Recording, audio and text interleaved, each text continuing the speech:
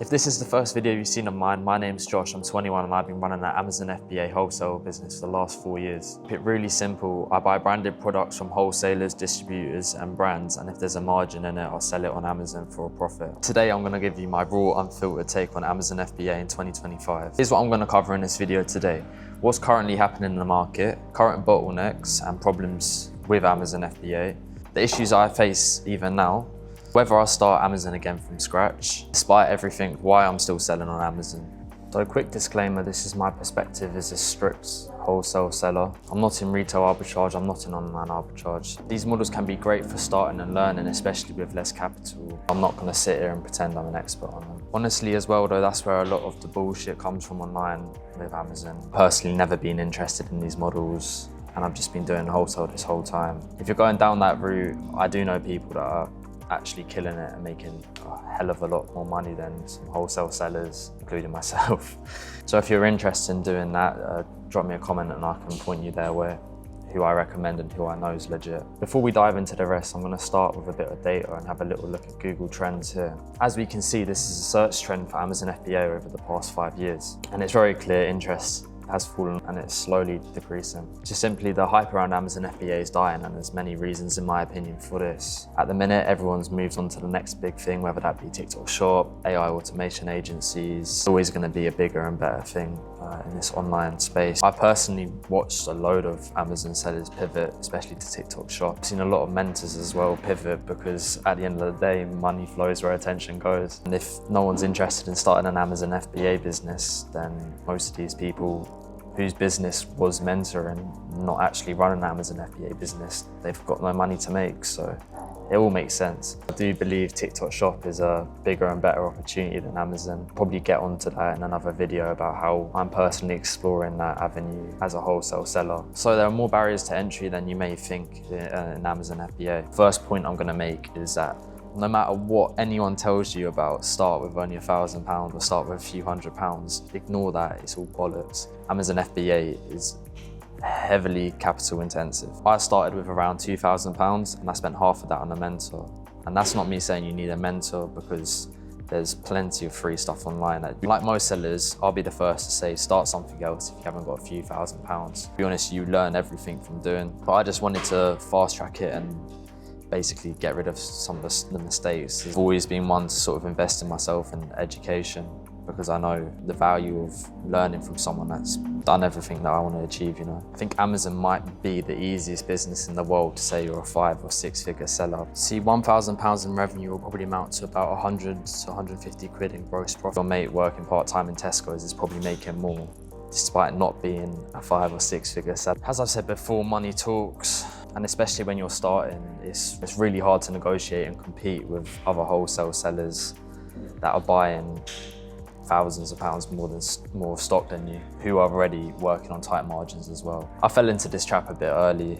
I didn't realise just how much money I sort of needed. You're probably asking the question, what would I sit here and recommend you start? I'm not going to give you a figure simply because you can start with less than I did, or you can start with more. I think it's completely down to the person and the skill set and experience. So competition, is Amazon FBA saturated? Yes, it is if you're playing a surface level game. Most people aren't willing to do the real work, building relationships with brands, developing their skill set, offering actual value rather than just being the middleman or a scalper, is what I used to get told when I was doing reselling. And when you're the middleman, you're easy to cut out. That's pretty much why most people fail. So how do you beat the competition? It's very simple. You source better products, harder to find products, you have more money and you negotiate better deals with your suppliers. You become an asset to them. Why would they want you to sell their products? What do you bring to the table? And then one of the last barriers I'm going to touch on, but I don't think it's that relevant, is experience. You'll never feel ready. There's so much to learn. There's so many layers to it. Just simply got to start placing your orders and learn quickly when your money's on the line. Let me tell you that. Every mistake should fast track your learning. I mean, I would recommend reaching out to people that have sort of done it or been in that position and maybe have a social media following. I think you'll find as well, there's a lot of courses, mentorships and stuff, but also a lot of people are pretty much happy to help with the basics. I'm not saying they're gonna give you all the sort of advanced nitty-gritty stuff, but If you just need some advice, I think a lot of people would be happy to help. It would be useful to also touch on some current issues that I'm facing in my business. There's always going to be issues and nothing ever just goes away. They just get a bit different at scale. So the first one is stockouts and cash flow issues.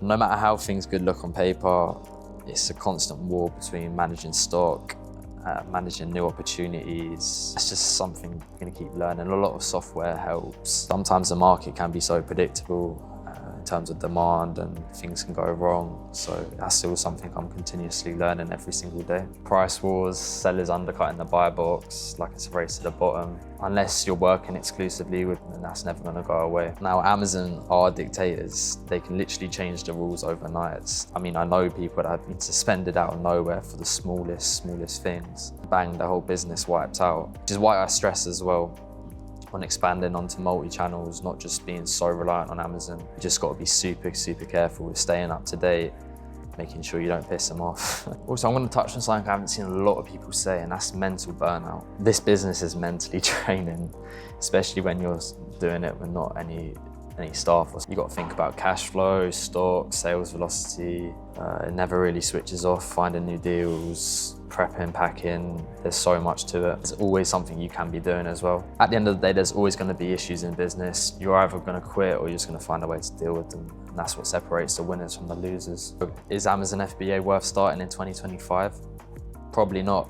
However, despite everything negative I've sort of said, I do actually believe Amazon is one of the best business models out there. The first and main reason is you're tapping into a platform where there is the highest customer purchase intent. I can't really remember, but I think there's a stat saying like 9 out of 10 people start their shopping on Amazon. So if they think of a product, the first place they go to look for it is Amazon, which means you don't have to worry about building websites and funnels and stuff like that. The customers naturally come to you. And I do also believe it's one of the best business models a beginner could start, because you just learn so much, whether that's managing cash flow, negotiating with suppliers, running ads, supply chain, training staff, learning how to optimize listings, email people, present yourself. I could sit here and honestly go on and on and on, but I think Amazon FBA pretty much covers everything. And if it doesn't work out, you can apply these skills elsewhere. So I think it's a really good business for learning skills. But yeah, if you come into this thinking you're going to be sipping cocktails in Bali while the sales rolling, then